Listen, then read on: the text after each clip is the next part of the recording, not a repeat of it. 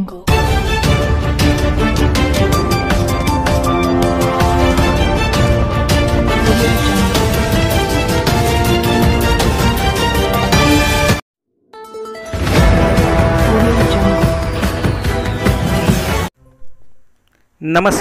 आपण पाहत आहात माय सोलापूर न्यूज।